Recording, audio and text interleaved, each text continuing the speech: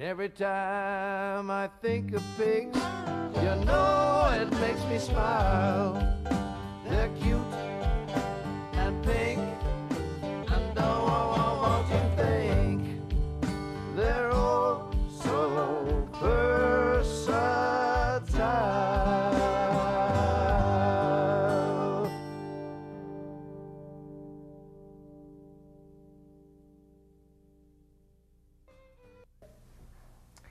Come on, everybody, grab your coats because we're going to the sugar bush.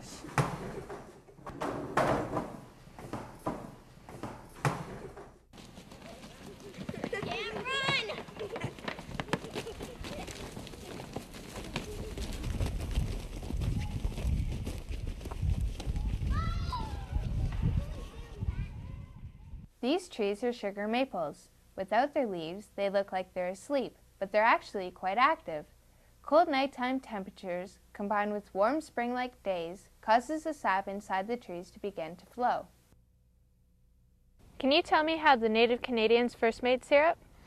Yes, they took their tomahawk and they slashed a little mark in the side of the maple tree, and then the sap would run out from under the bark, and they'd have to collect the sap in a birch bark bowl, and then they'd take the sap and they'd put it in a hollow log. Now somehow they had to get rid of the water in the sap. So they'd make a big fire and they'd put rocks in the fire. And then when these rocks got hot, they'd dip them out of the fire and move them over into the log, and it would make the sap steam.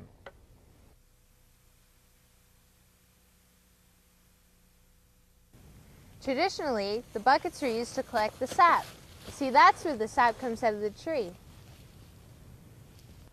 Long ago, spiles were hand-carved from wood. Modern spiles are usually plastic. As soon as the spile is in place, sap begins to drip from the tree.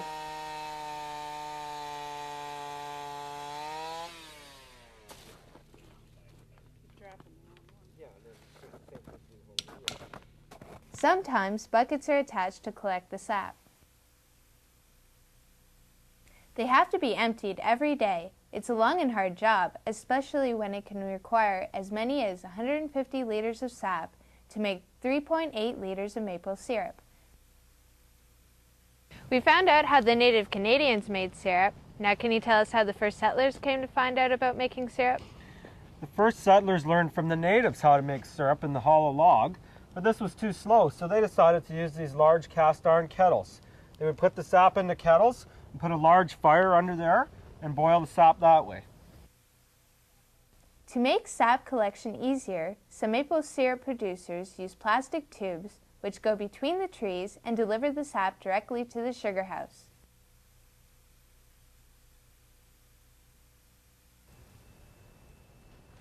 The sugar house is a very important part of the sugaring operation. So we know how the sap comes from the trees, but what happens in here?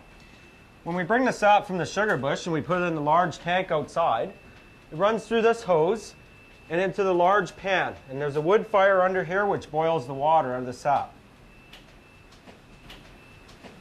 Now we must remember that it takes approximately 40 liters of sap to make a liter of syrup.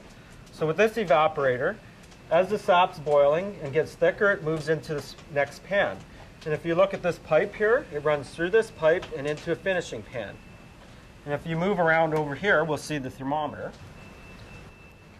So how hot does the finishing pan have to be? As it works its way through the finishing pan, in the last section there's a thermometer. And when it reaches 204 degrees Celsius, then the syrup is 66% sugar.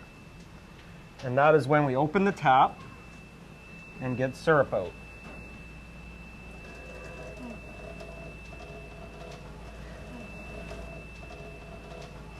Is there anything added to the maple syrup to give it its great taste? No, maple syrup is a pure natural product. All we do is boil the water out of the sap to make the syrup. But after we take some finished syrup off of our pan, we have to filter it. The hot syrup is pumped through these filters and then is put into containers, and that's our final product.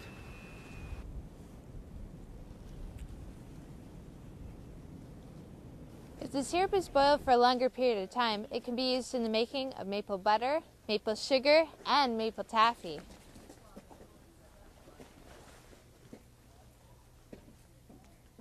Oops, I just looked at my watch and it's time to go back to the classroom. So come on, guys, let's go.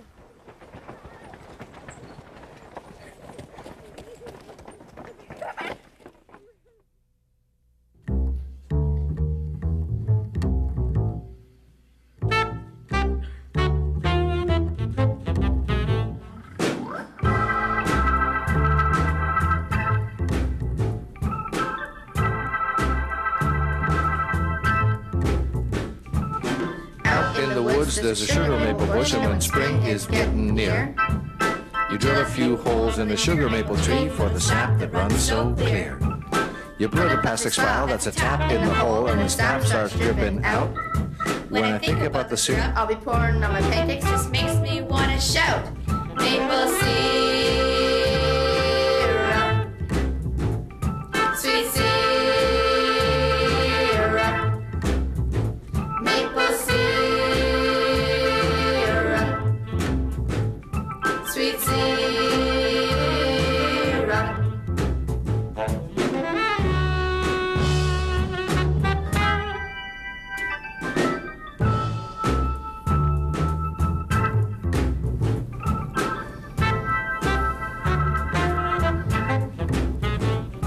In the sugar house, you pour the sap in a pan and you make the fire so hot.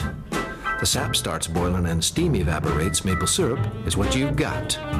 If you boil the syrup for just a little longer, you get butter and toffee and maple sugar too. It's neat and sweet and such a tasty treat. I want to share some syrup with you.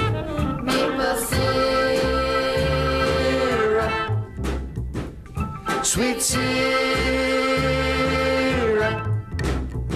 maple syrup, sweet syrup.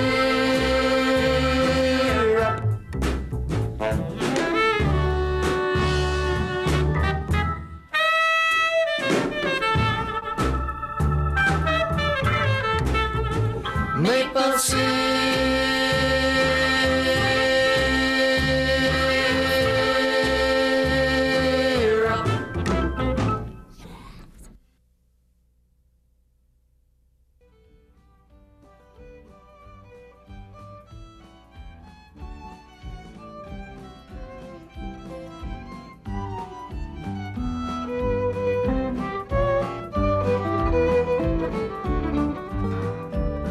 Thanks for coming out to see what farming does for you.